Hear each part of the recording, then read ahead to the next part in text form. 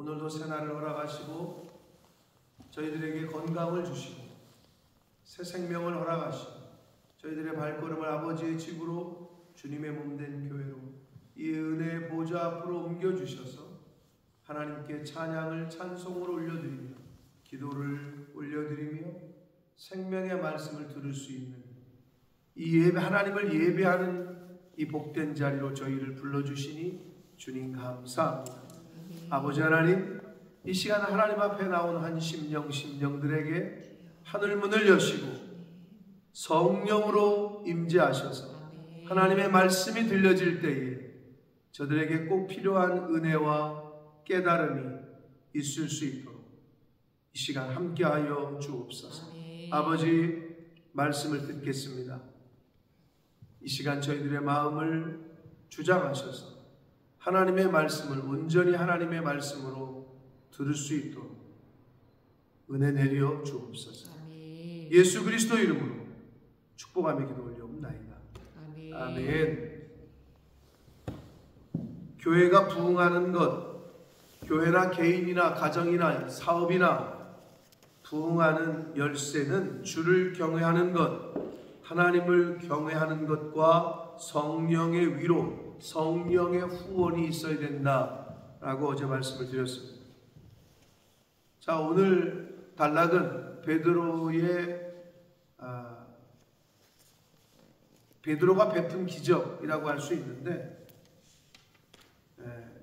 베드로는 하나님의 능력을 전달하는 통로로 사용된 것뿐입니다. 중풍병자를 일어나게 하고 죽은 도르가라는 여제자를 다시 살리는 그 기적은 하나님의 권능인데 베드로라는 통로를 통해서 하신 것뿐입니다. 그러니까 베드로가 한 게 아니죠. 그러니까 우리가 어떤 일을 하건 우리는 통로로 사용되는 것뿐이고, 우리가 한 것이 아니라는 것이 우리 크리스찬들에게는, 우리는 주의 도구라는 생각을 늘 갖고 계셔야 되고, 이게 안 되면 자칫 잘못하면 이단의 수괴가 되는 거예요. 우두머리가. 말씀드린 대로 대부분의 이단의 발생은 교회 안에 있는 사람들이 자기가 뭔가 한 것 같고 다른 사람들이 자기를 이렇게 우러러 추앙하니까 거기도 잘못된 길을 간단 말이에요. 근데 이제 이 베드로는 하나님의 권능을 전달하는 통로였을 뿐임을 우리가 늘 잊지 말아야 되고, 저와 여러분도 마찬가지입니다. 이걸 늘 잊지 마셔야 되는데, 자, 베드로가 8년 된 중풍병자를 일으키고 다비다, 도르가라고 하는 여제자를 다시 살리는 그런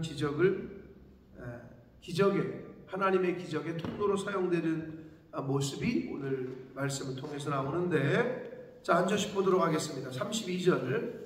그때에 베드로가 사방으로 두루 다니다가, 사방으로 왜 두루 다닌 거예요? 뭐 하려고?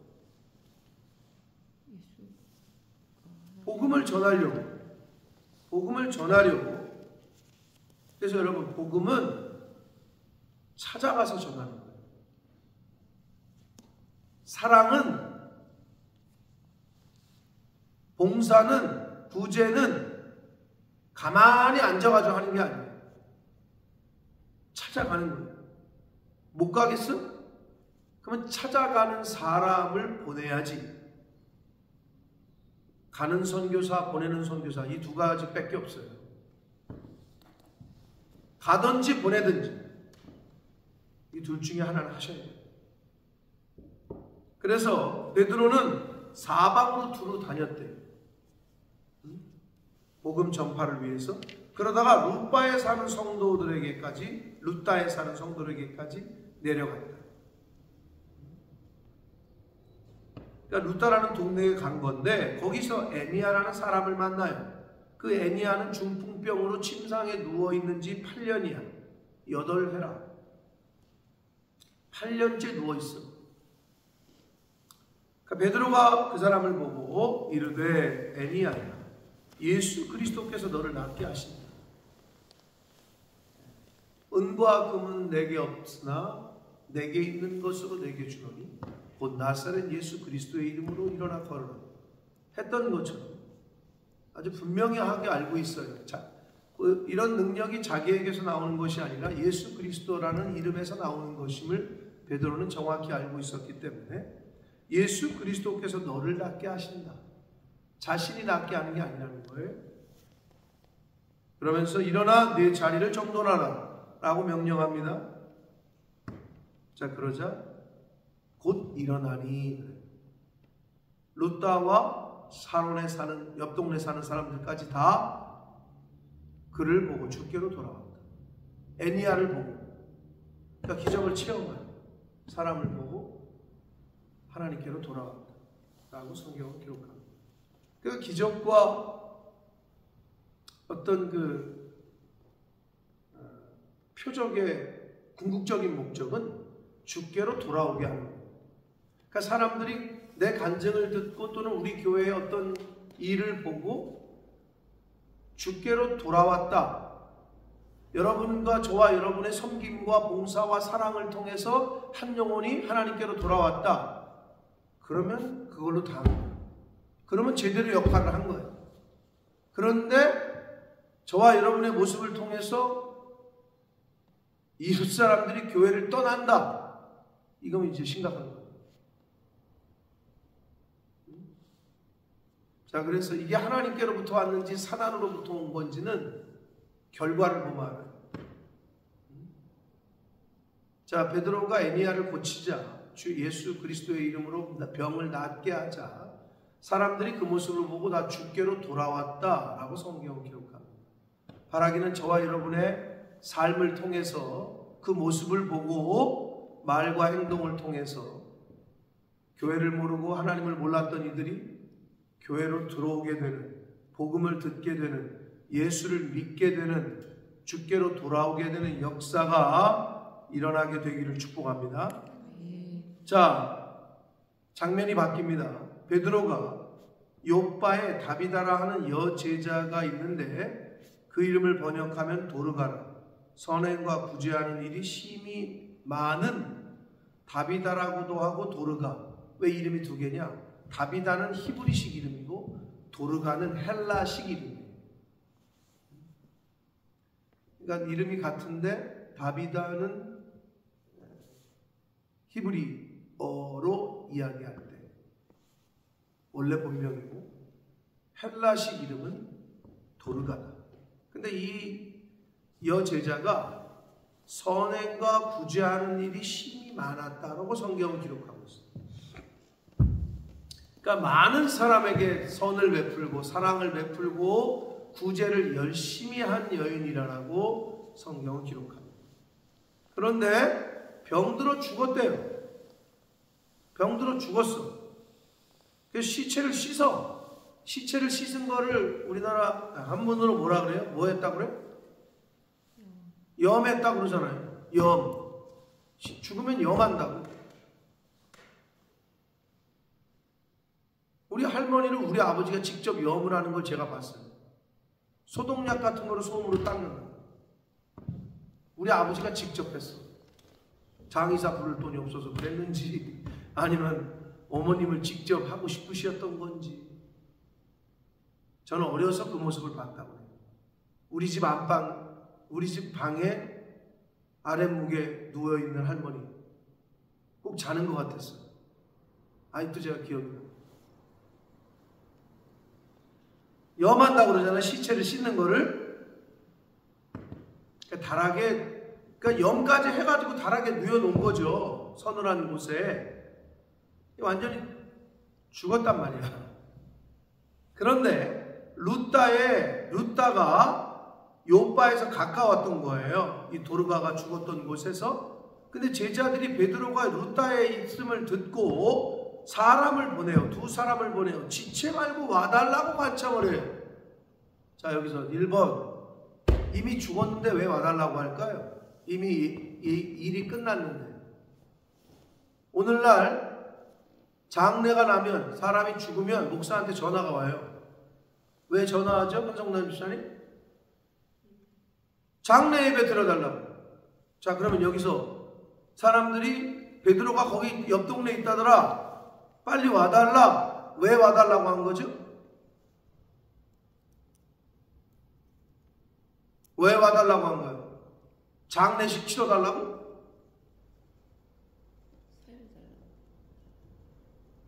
이미 죽었지만 살 수 있다는, 그리고 살릴 수 있다는 소망이 있었던 거예요. 지금 이 본문이 와서 장례 예배나 좀 드려주시오. 우리 사랑하는 믿는 사람이 죽었으니까 와서 장례 예배 좀 드려달라고, 장례식 인도해달라고 주의 종을 부른 게 아니라는 거예요. 그러니까 대단한 거죠. 어디도 안 써 있으나 지체 말고 와달라.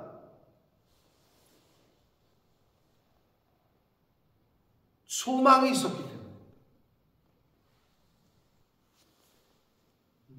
죽은 자도 살릴 수 있다는, 예수 그리스도의 이름으로 죽은 자도 다시 살아날 수 있다는 소망이 이들에게 있었던 걸로 보여져요. 그래서 지체 말고 와달라고 간청했던 거예요. 사랑하는 성도 여러분, 주 안에서는 죽은 게 아니라 잠자는 거라고 성경은 계속해서 우리에게 알려줘요. 물론 육신은 우리의 눈으로 의사가 판단했을 때 사망 선고를 내요. 그래서 땅에 묻어 또는 화장을 해. 근데 성경은 분명히 예수 그리스도 재림하실 때에 잠자는 자들이 먼저 일어나고 이렇게 표현했단 말이에요. 그러니까 죽었다라고 표현 안 하고 잠자는 자들이라고 표현한다. 좀 깊은 잠이죠. 하나님이 정하신 때까지의 잠. 그러나 예수 그리스도 재림하실 때에 잠자는 자들이 먼저 분명히 일어난다라고 성경은 말씀합니다. 그렇기 때문에 여기서의 말하는 이 도르가, 다비다가 죽었는데 우리의 시각에서의 죽은 거죠. 그런데 예수 그리스도의 이름으로 다시 살 것을 믿었던 것 같아요. 그러니까 빨리 와달라고 간청을 한 거지. 근데 이거를 뭐 장례 예배 드려달라고 와달라는 거는 아닌 것 같다라는 거예요. 소망이 있었던 거, 이 사람들. 그 공동체 주변에 있던 과부들. 베드로가 일어나 그들과 함께 가서 이름에 그들이 데리고 다락방에 올라가니 그 모든 과부가 베드로 곁에 서서 울며, 과부가 곁에 서서 울었다. 그 당시에 과부는요, 사회적 약자였고 아주 그 도움을 받아야 되는 사람들이었다. 옛날에 저 어렸을 때만 해도 과부들, 남편이 죽은 과부들 하면은 이렇게 불쌍하게 여겼죠. 그것도 젊어서 죽은 과부, 남편이 죽었어. 결혼한 지 뭐 1년도 안 돼서. 그걸 뭐라 그래요? 네 글자로? 청산과부. 아주 젊은 과부. 이러면서 불쌍하게 여겼다고. 도와줘야 되는 것으로 여기고. 이 당시엔 더했다고. 근데 주변에 과부들이 많았다. 이 말은 도르가의 삶이 어땠는지를 여기서도 나오잖아요. 모든 과부가 베드로 곁에 서서 울며 죽은 이 도르가가 그들과 함께 있을 때 지은 속옷과 겉옷을 다 내보였다. 속옷과 겉옷까지 다 만들어줬던 거죠. 이 도르가라는 여제자가. 그러니까 선행과 구제하는 일이 심히 많았다. 즉 사회적 약자, 가난한 자들을 많이 도와줬다는 거예요. 잠언에 뭐라 그래요? 가난한 자를 돕는 거는 하나님께 구워주는 거다. 그럼 하나님이 갚으신다는 거죠. 나는 이 사람을 도와줬는데 이 사람이 나한테 뭔가 다시 갚는 게 아니라 하나님이 갚아준대. 저 사람이 뭘 나한테 갚는 것보다 나를 나보다 더 잘하시고 내 자녀와 내 모든 형편과 사정을 더 잘하시는 하나님이 갚아주시는 게 더 복입니다. 그게 대박이지. 내가 뭐 저 사람이 필요를 빵을 줬어. 근데 저 사람이 나한테 또 뭐 고맙다고 빵을 가져와. 이걸로 끝나는 게 아닌 거예요. 하나님은 더 좋은 것으로 우리에게 갚으십니다. 이거만큼 수지 맞는 게 어딨어. 그러니 그걸 왜 안 해? 그러니까 기회만 있을 때 대접을 하는 거예요. 대접을 받는 것도 좋지만 대접을 하는 게 복이라니까. 그러니까 이 도르가가 어떻게 살았는지를 엿볼 수 있어요. 그러니까 모든 과부가 막 울는 거야. 너무 안타깝고 슬프고. 자, 그러자 베드로가 사람을 다 내보내고 무릎을 꿇고 기도하고, 그래, 그러니까 하나님에게 은혜를 구했겠죠. 돌이켜 시체를 향하여 이르되 다비다야 일어나라 라고 얘기해요. 그랬더니 그 음성을 들은 이 다비다라는 이 죽은 시체가 눈을 떠 베드로를 보고 일어나 앉았다. 자, 여기서도 베드로가 살린 게 아니라 베드로를 통해서 하나님이 살리셨다. 다시 말씀드리지만 성도는 하나님의 권능을 전달하는 통로입니다. 네? 네. 여러분 수도꼭지에서 수도꼭지를 틀면 뭐가 나와요? 물이 나오죠? 근데 물이 나오는 걸 보면서 아유 수도꼭지야 너무 고맙다 뭐 이런 사람 있어요? 그런 사람 있으면 잘 돌봐드려야 되겠죠? 네. 물을 공급하는 거는 수도국이죠. 어떻게 보면 정부에 감사해야 돼요. 그걸 만들어 놓은, 틀면은 물이 나오게 하는. 그러니까 하나님께 감사를 해야 되는 거죠. 그냥 통로, 파이프인 것 뿐이에요. 우리는. 자, 그런데 여기서 또 알 수 있는 건 이 도르가라는 여인이 평상시에 많은 선행과 구제를 했다 그랬잖아요. 여러분, 은혜를 베푼 자가 은혜를 받습니다. 용서를, 내가 누군가에게 용서를 한 것 같이 우리도 용서를 받는 거예요. 그러니까 성경은 계속 얘기하잖아요. 우리가 우리에게 죄 지은 자를 용서해 준 것 같이 우리를 용서해 달라. 주기도문에도 있고 70번씩 7번이라도 용서해라. 왜 그러느냐? 그래야 네가 용서를 받는다 라고 얘기하는 거예요. 그래야 네 자녀들이 용서를 받는다, 이 얘기를 하시는 거예요, 성경은. 그러니 은혜를 베풀었기 때문에 은혜를 받는 거예요. 왜? 행한 대로 거두리라, 심은 대로 거두리라. 이거는 하나님의 가장 기본적인 원리요,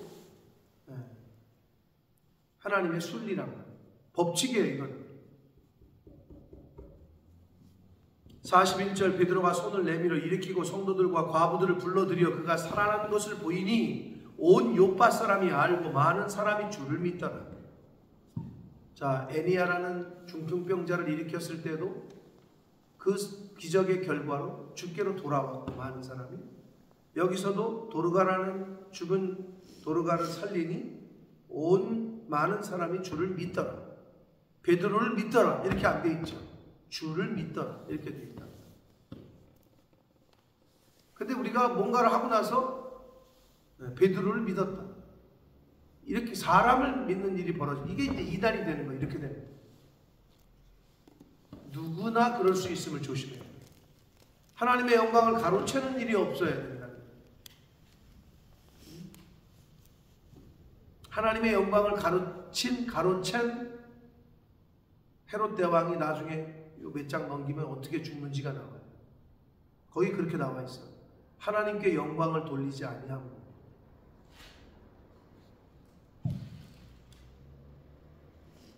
12장 23절에 보면 헤롯이 영광을 하나님께 돌리지 아니하므로 주의 사자가 곧 친히 벌레에게 먹혀 죽으니라. 이게 얼마나 무서운 건지 몰라요. 하나님의 영광을 가로채잖아요.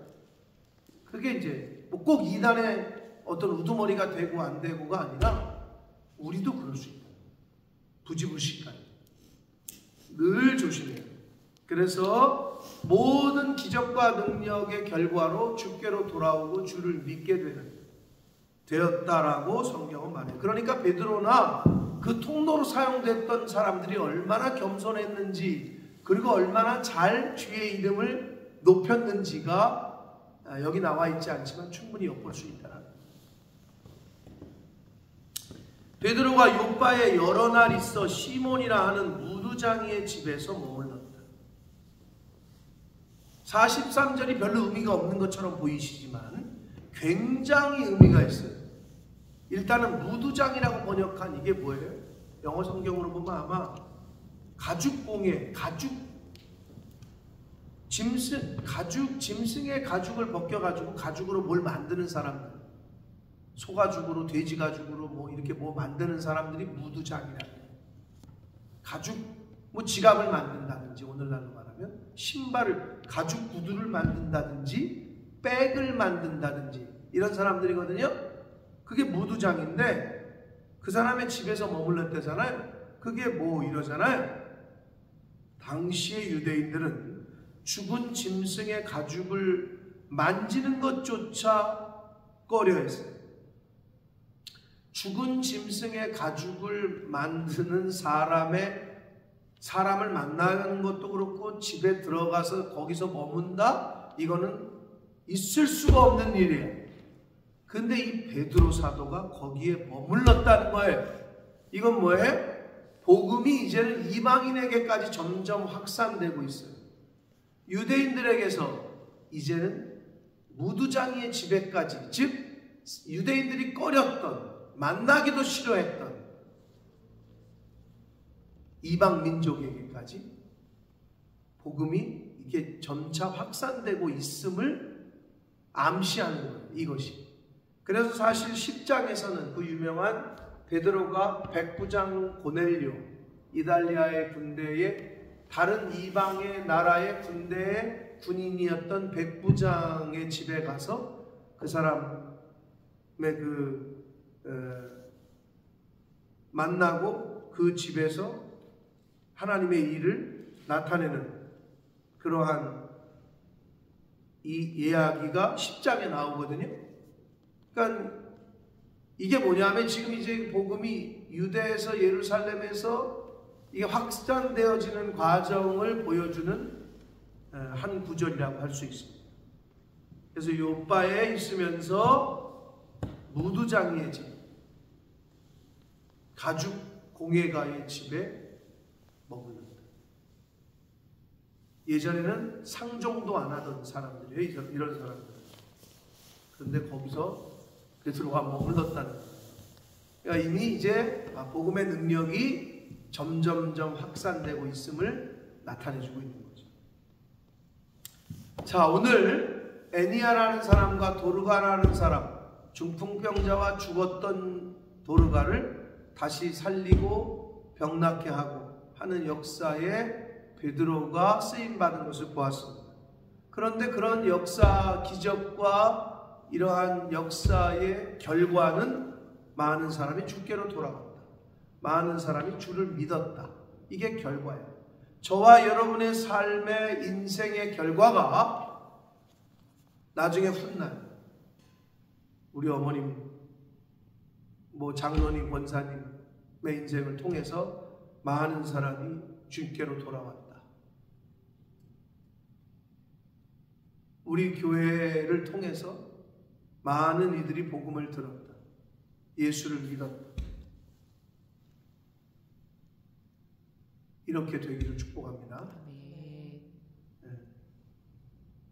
그게 우리가 존재하는 이유예요. 그게 교회의 존재의 이유고 성도가 이 땅에서 살아가는 존재의 이유다. 많은 사람들이 왜 사는지도 몰라요. 돈 벌려고 사나? 뭐 먹으려고 사나? 그러니까 인생의 목적이 없어요. 집 한 채 마련하려고 사나? 그게 인생의 목적인가? 집 마련하는 게? 또는 여행하는 게 인생의 목적인가? 그렇게 물으면 그 사람들조차도 대답을 잘 못해요. 왜? 자기가 왜 사는지를 생각해 본 적이 없거든. 그리고 인생이라는 게 뭔지를 생각해 본 적이 없어. 죽음이라는 것도 생각해 본 적이 없고. 그러니까 자기가 하루하루를 지금 왜 살아가고 있는지조차도 몰라. 얼마나 답답한 인생이에요. 얼마나 몸이 건조하고 무의미한 시간을 보내고 있는 거냐. 근데 왜 사는지 분명한 인생의 목적이 있어. 내가 지금 어디로 가고 있는지를 알아. 그 사람은 분명한 거죠. 하나님 앞에 서게 될 줄 믿고 알고 천국에 가게 될 거고, 그 과정에서 내가 이렇게 살아야 되고, 이거보다 복된 게 없는 거예요. 바라기는 베드로 사도가 하나님의 권능을 전달하는 통로의 삶을 산 것처럼 저와 여러분의 삶이, 오늘 한날의 삶이, 나아가 하나님이 부르시는 그날까지의 인생이 하나님의 권능과 복음의 진리를, 영생의 생명의 말씀을 전하는 통로가 되시기를 축복합니다. 그러한 개인과 여러분의 가정과 우리 교회가 되기를 예수 그리스도 이름으로 축복합니다. 살아계신 하나님 아버지, 감사와 찬송과 영광을 올려드립니다. 아버지 하나님, 베드로 사도가 중풍병자를 일으켰습니다. 죽은 도르가를 다시 살렸습니다. 그 결과는 많은 사람이 주께로 돌아왔다, 많은 사람이 주를 믿었다 라고 성경은 기록합니다. 어떤 기적과 능력과 표적이 일어났을 때 그 사람이 많은 사람들에게 인기를 얻었다. 이것이 아니라 하나님이 영광을 받으시고 주께로 돌아오고 진리를 깨닫다, 이러한 결과가 나타나는 것이 올바른 주의 기적과 표적인 줄 믿습니다. 저희들은 하나님의 생명의 말씀을, 하나님의 권능을 전달하는 통로인 것을, 도구인 것을 늘 깨닫게 하셔서 부지불식간에라도 교만하지 않게 하시고 겸손하게 하셔서 부지불식간에라도 하나님의 영광을 가로채지 아니하도록 주여 성령으로 깨닫게 하시고 겸손케 하시고 하나님 앞에 늘 오른손이 하는 일 왼손이 모르게 하는, 그렇게 늘 겸손할 수 있도록 주님 은혜 내려 주옵소서. 주님의 몸된 교회를 통하여 이 자리에 있는 한 영혼 한 영혼, 한 성도들을 통하여 저들의 가정과 하는 일을 통하여 그 결과가 복음을 전하고 많은 사람들을 주께 돌아오게 하고 많은 사람들을 진리를 알아 천국으로 인도하는 그러한 복된 삶과 인생이 되어지도록 주여 은혜 내려 주옵소서. 예수 그리스도 이름으로 축복하는 기도 올립니다. 아멘.